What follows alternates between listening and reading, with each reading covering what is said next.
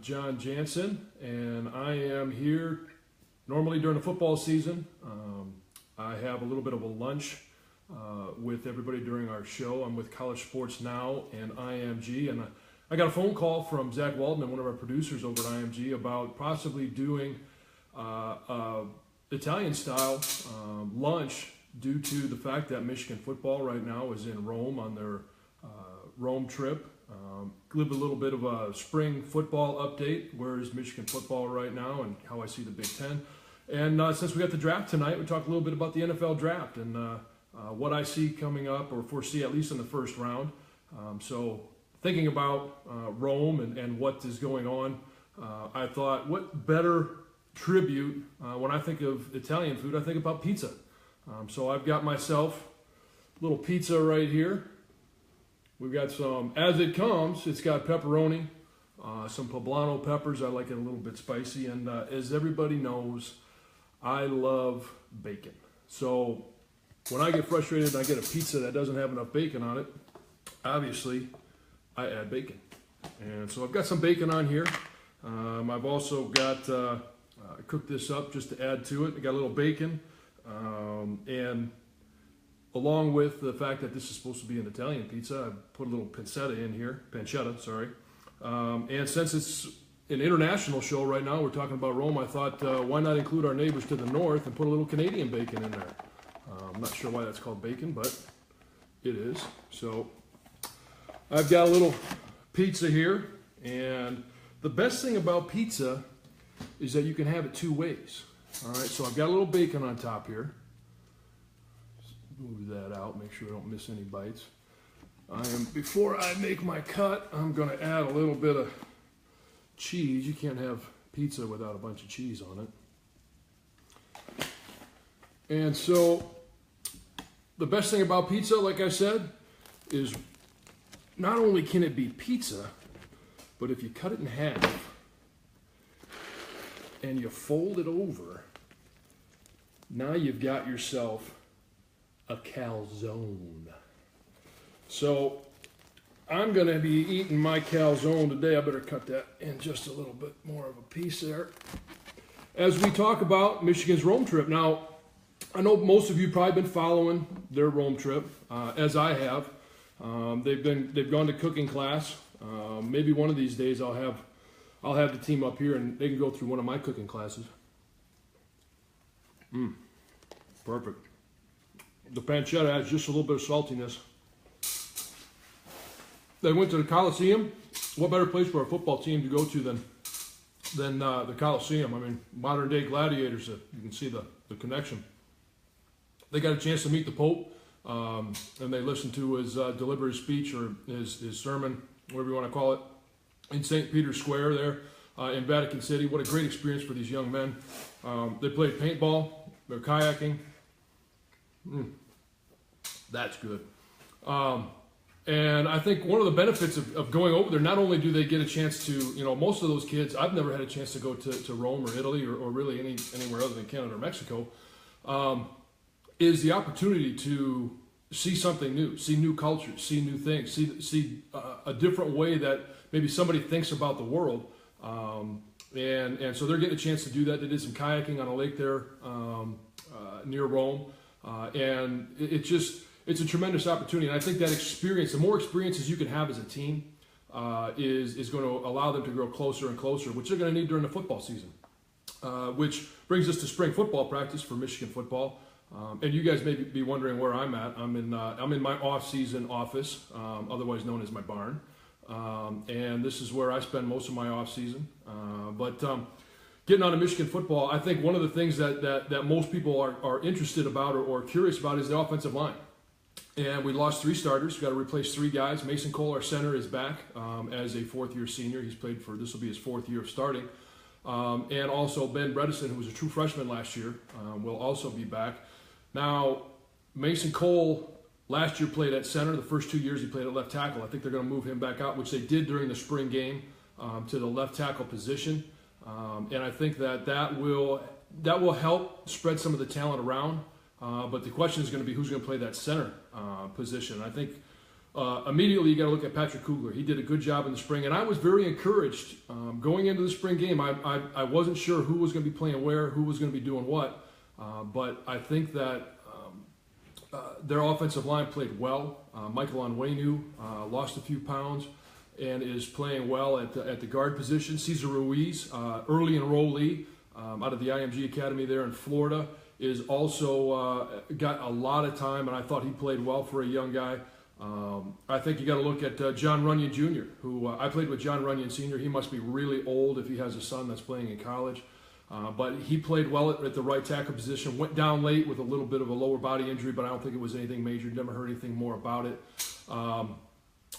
Cesar Ruiz, Michael Onwenu, Patrick Kugler. I think there are enough pieces of the puzzle for Greg Fry and Tim Drevno, the two offensive line coaches. Greg Fry is new. He was originally with us and is back from his time at Indiana to put together a very good offensive line. I think they're going to continue to grow, and I think in 2018, 2019, you're going to be looking at an amazing offensive line, but we'll see what they can do this season. I think we've got some pieces that can really help us out.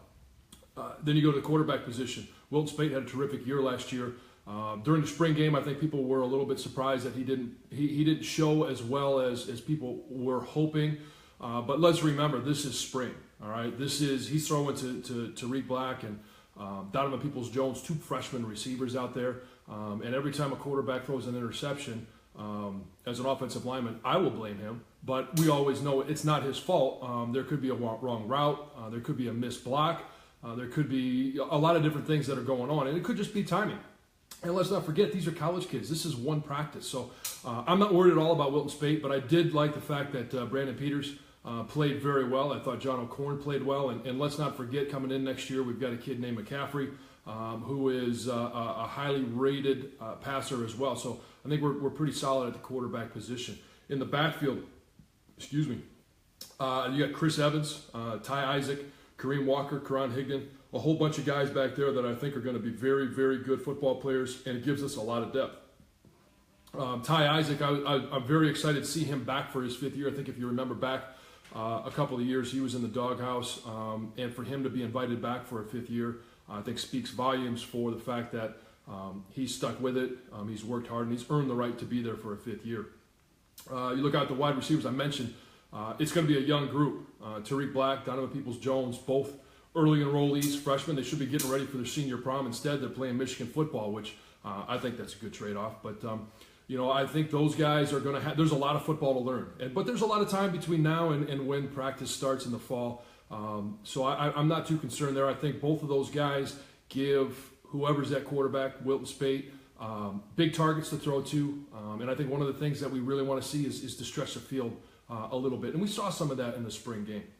All right, now let's go over to the other side of the ball. Defensive line. We lost 11 starters on defense. We lost 10 starters on defense. And if you look at the linebacker position, Mike McCray is the only guy that's back. But I don't think that we're going to be missing anything on defense. Don Brown, when he came from Boston College, had the #1 rated defense at Boston College. Now, every year I expect with the athletes that they're going to be bringing into Michigan, that they're going to be at the top of the list in terms of every defensive category. And our front four, while we may not have as much depth as we had last year, when you look at Mike McCray, on the defensive line, Rashawn Gary, Mo Hurst, you could go right down the line. Brian Monet will be back and healthy, and I think he's a tremendous player. We just got to make sure he stays healthy.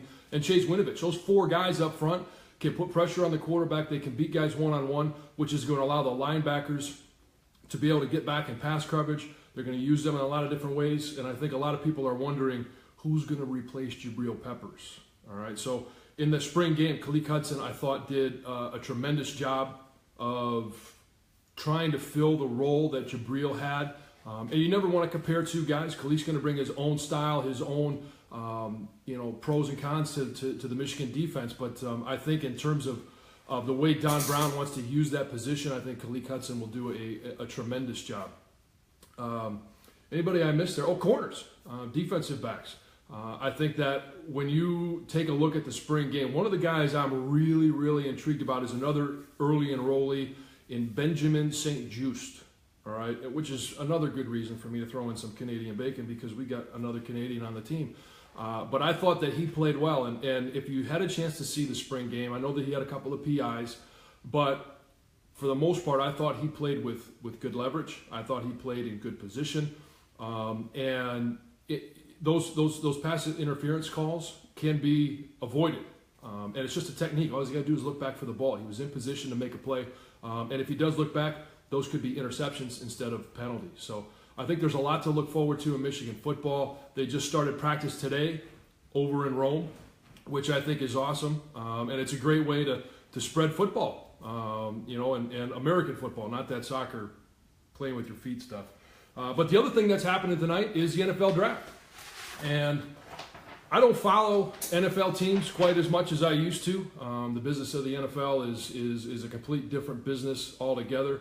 But I do like watching college football. And as these guys get a chance to fulfill their dreams and go into the NFL, I think you're going to see tonight, especially in the first round, this is going to be an extremely defensive-heavy draft. Myles Garrett, in my opinion, is by far the best player, and I don't know that there would be too many people that would disagree with that. I think he's going to the Cleveland Browns unless they trade that pick and try and get a bunch more picks. But Myles Garrett can rush off the edge, can play the run, can play a number of different positions. He can play that defensive end position. He can play an edge rush position. He can even play off the ball. When you got a guy that's that versatile, I think that there's a lot of things that can go well drafting a guy like that. Then you kind of go down the list. My favorite guy in the draft is Jonathan Allen. I talked about him all season long. He is not only a great football player, but he's a good person. He's smart. I think that he's going to represent Alabama extremely well in the NFL and do very well for himself. Derek Bennett, another edge rusher out of Tennessee. When you go down the list, Marshawn Lattimore, corner, Ohio State, Reuben Foster, linebacker, Alabama, Jamal Adams out of LSU. Those are all defensive guys. And I think those are probably most, at the top of most guys' boards, most teams' boards. And the other position that I think everybody wants to know about is the quarterback position. To me, Mitch Trubisky is by far the best quarterback in the draft. And you can say whatever you want about him only having 13 games of experience, only starting 1 year. He's got the tools. And if you've got the tools, now the question is when you get drafted in the first round, does the team that draft him need him to play right away? And I think ideally, in an ideal world, a guy that's drafted in the quarterback position will sit for a year at least. You look at former teammate of mine, Tom Brady. He sat behind Drew Bledsoe for a year and a half before he was forced into playing. There's so much that changes between college and the NFL. You're almost learning a brand new game along with an offense. So, hopefully he doesn't get pushed into playing too soon. But that's not necessarily a luxury that every team has. You draft a guy in the first round, they need to produce. So it'll be interesting to see who takes him and how they do. And the other position that I like to look at, offensive tackles are, hey, if you're gonna make an investment in your quarterback, you better make an investment in your offensive line. And offensive tackles are one of those guys that are key to keeping them healthy. And when you look at this draft, I'm a little disappointed. There's just not a whole lot of depth. Like I said, you're going to see a lot of defensive guys taken. You'll see one or two quarterbacks. You'll see some running backs. But I think when it comes to offensive tackles, you may only see two guys in the first round. And so much can happen in terms of what a team needs. But when you look at this draft, Ryan Ramczyk out of Wisconsin puts out some great offensive linemen, and he's going to fit the bill. For what they've done in the past. I think he's a lock for the first round. And the only other guy I would say would have first round talent is Cam Robinson out of Alabama.